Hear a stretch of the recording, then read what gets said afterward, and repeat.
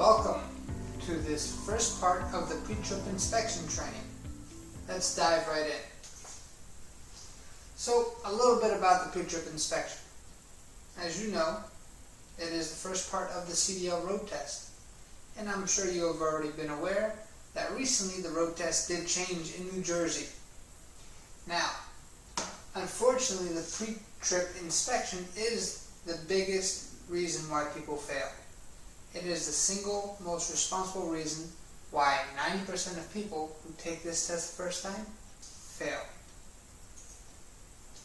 Good news for you is our students pass the first time. We can make you part of the 10% that pass. All you have to do is follow our proven system and stick to the script. Items that you'll need for this training.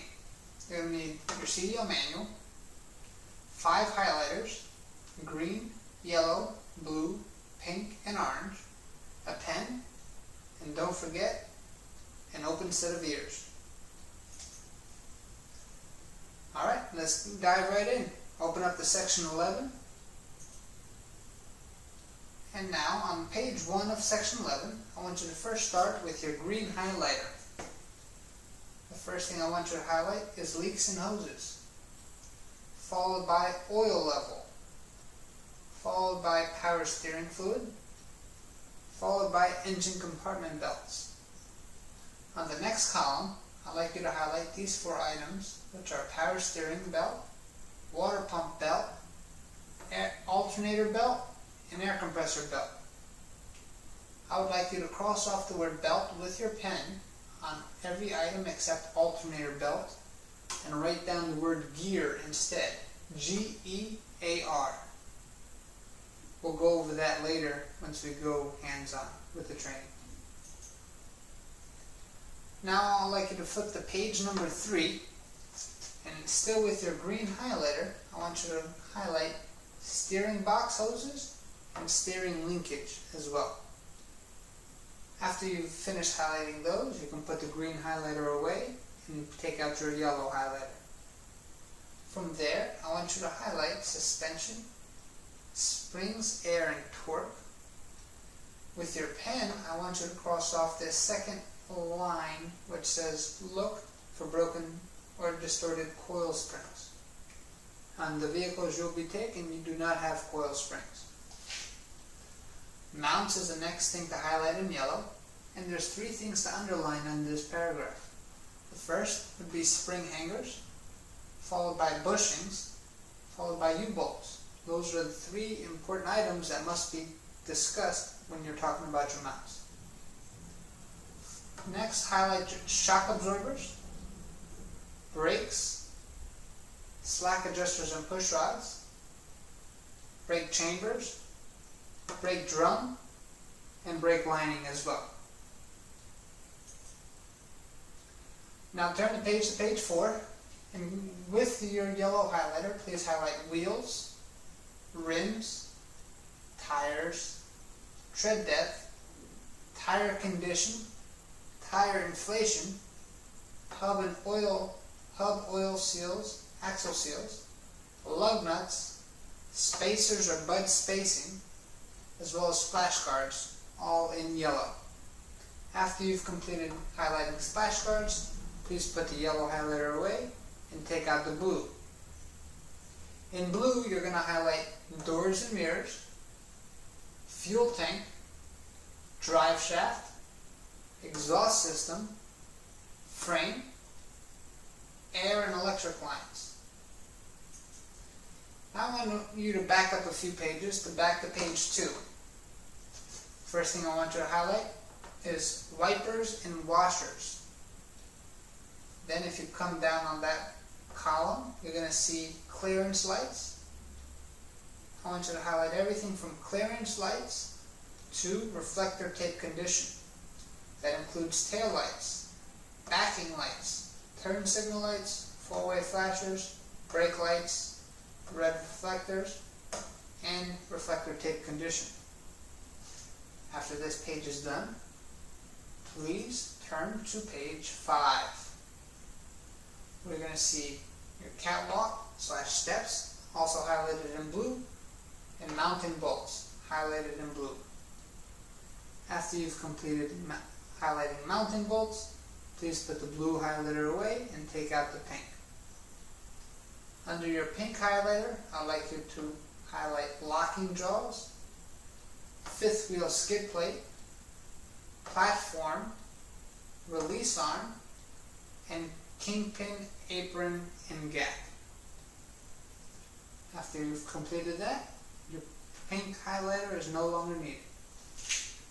As we turn the page to page 6, our last color would be orange. Please highlight in orange air/electric connections, header board, landing gear, doors, ties, and lifts, as well as frame. Now you might be asking, why in the world did we highlight these things different colors? Well, here's your key. Please open up section 11 to the beginning again. You're going to see a blank page on the page before section 11. That's where I want you to write down these words right here. As you might have guessed, each color has to do with a different part of the vehicle that you have to inspect. The best way to memorize this, for your best chance of success, is to memorize it section by section. Of course, the green is going to be for under the hood. Yellow are going to be for your wheels. Blue is going to be for your truck itself. Pink is going to be for the fifth wheel. And orange is going to be for the trailer. Again, please write these words down on the blank paper before section 11. When you are looking to memorize these things, make sure you do memorize section at a time. You will come to find out that the green and the yellow are the most difficult to memorize. So I'd focus on those first, and then move yourself forward and section by section. Now, you might be asking, what's next? Well, here it is. Our job is to provide you the vehicle to make sure that you are studying for this road test. Our job is also to show you where all these items that we just highlighted are. Okay? Now let's talk about your job. At the end of the day, this work comes on you. Whether you pass, whether you fail, is on you. Alright? So your main job is going to be to memorize every word of section 11.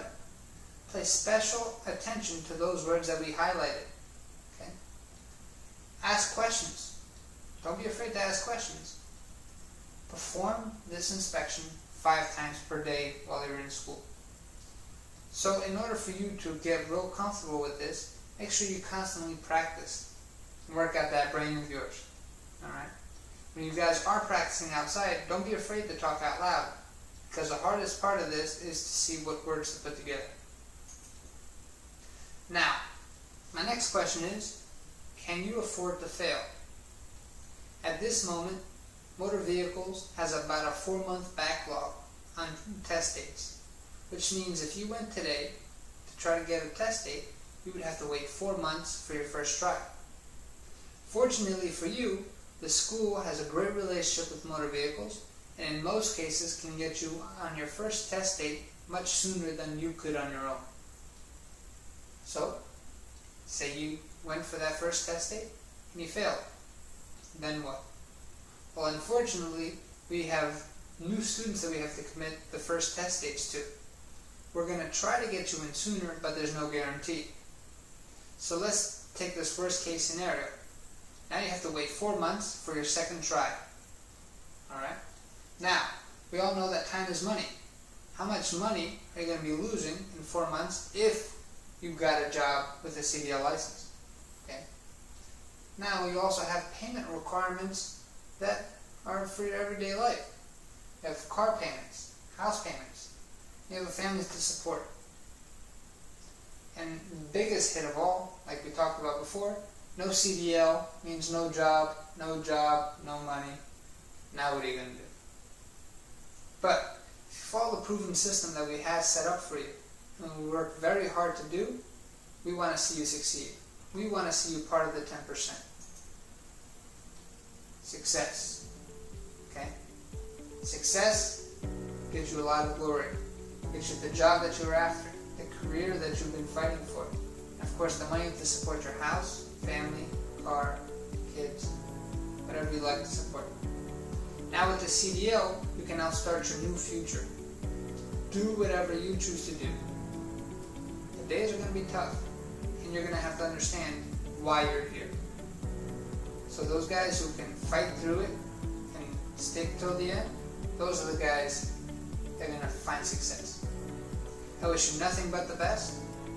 That completes this first part of the CDL training for the pre-trip inspection. Please, we'll follow on with the second part. Thanks. Have a great day.